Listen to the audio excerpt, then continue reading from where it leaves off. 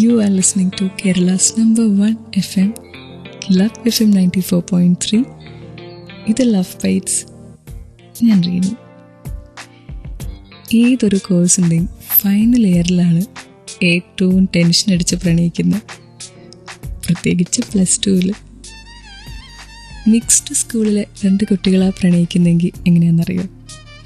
Class നടക്കുമ്പോൾ തിരിഞ്ഞു നോട്ടം, നോട്ട്സ് പാസ് ചെയ്യൽ, ഒരുമിച്ച് ഒരേ ബെഞ്ചിലിരിക്കാനുള്ള ശ്രമം, ഗിഫ്റ്റ്സ് കൊടുക്കൽ, ഒരുമിച്ച് ഭക്ഷണം കഴിക്കൽ, പ്രാക്ടിക്കൽ ക്ലാസ്സിൽ പോക്ക്, കൈ കഴുകാൻ പോക്ക്, എല്ലാം ഇവരൊരുമിച്ചാണ് ചെയ്യുക. പിന്നെ ബോയ്സ് അഫെയറില്ലെങ്കിൽ ഒരു രസം എന്താണെന്നറിയോ? അവരുടെ പണികളെല്ലാം ചെയ്തു കൊടുക്കുന്ന ഈ ഗേൾ ഫ്രണ്ട് ആയിരിക്കും. അസൈൻമെൻ്റ് എടുത്ത്, ട്യൂഷൻ്റെ ഹോംവർക്ക്, പ്രാക്ടിക്കൽ റെക്കോർഡ്സ് എഴുതി കിട്ടൽ, ഇങ്ങനത്തെ എല്ലാ പണികളും അപ്പാവൻ ഗേൾ ഫ്രണ്ടാണ് ചെയ്യാറ്. ഇതിനെല്ലാം പുറമെ ചുറ്റുമുള്ള എല്ലാവരുടെയും സംസാരവും ഇവരെക്കുറിച്ചായിരിക്കും. എങ്ങാനും ഒരാൾക്ക് മാർക്ക് കുറഞ്ഞു പോയാലോ? അയ്യോ, പല സ്കൂൾസിലും ഇപ്പോൾ കൗൺസിലിംഗ് സെൻറ്റേഴ്സ് ഉണ്ട്. ഞാൻ പഠിച്ച സ്ഥലത്ത് ഒരു കപ്പിളുണ്ടായിരുന്നു പ്രണയിക്കുന്നത്. സ്ഥിരമായിട്ട് അതിലൊരാൾ ആ കൗൺസിലിംഗ് മിസ്സിൻ്റെ റൂമിലായിരുന്നു.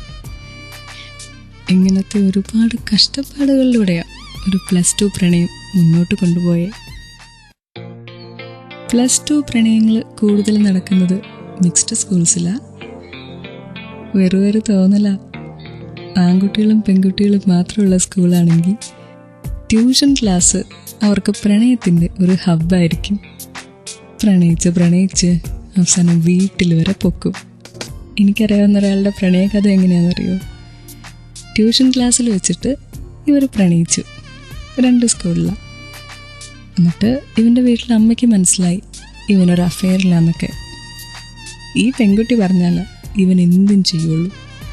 അപ്പോൾ ഇവന് പഠിക്കാൻ ഭയങ്കര മടി. അമ്മ ഈ പെൺകുട്ടിയെ വിളിച്ചിട്ട് പറഞ്ഞു, നീ പറഞ്ഞാൽ അവൻ കേൾക്കുള്ളൂ, മോളൊന്ന് പറ, അവനോട് പഠിക്കാൻ പറയാമെന്ന്. എന്നിട്ട് പിന്നെ ഇവൾ അവനോട് പറഞ്ഞു, പഠിക്കാനൊക്കെ പറഞ്ഞ് എപ്പോഴും പറയുമായിരുന്നു.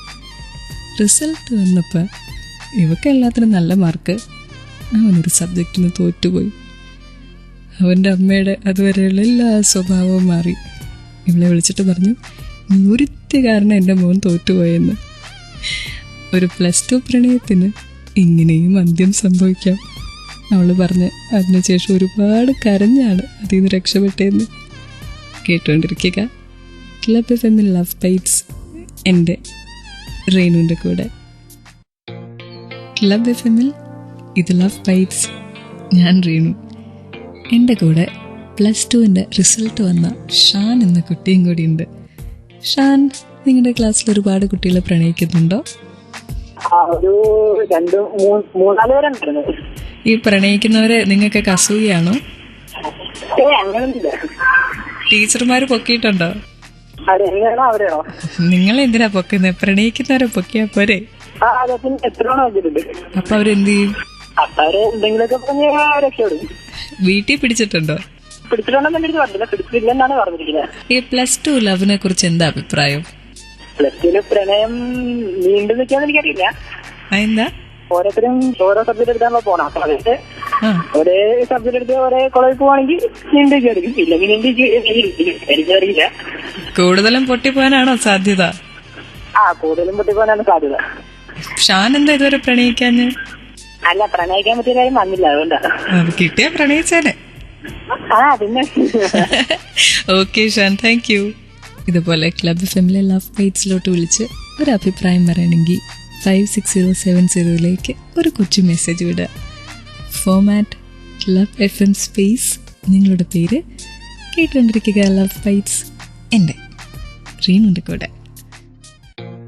പണ്ട് പ്രണയങ്ങൾക്ക് ഒരുപാട് പരിമിതികളുണ്ടായിരുന്നു.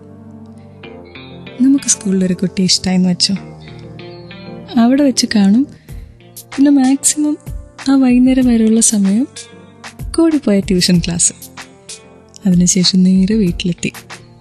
പിന്നെ ഒന്ന് കാണണമെങ്കിൽ സംസാരിക്കണമെങ്കിൽ പിറ്റേ ദിവസം വരെ കാത്തിരിക്കണം.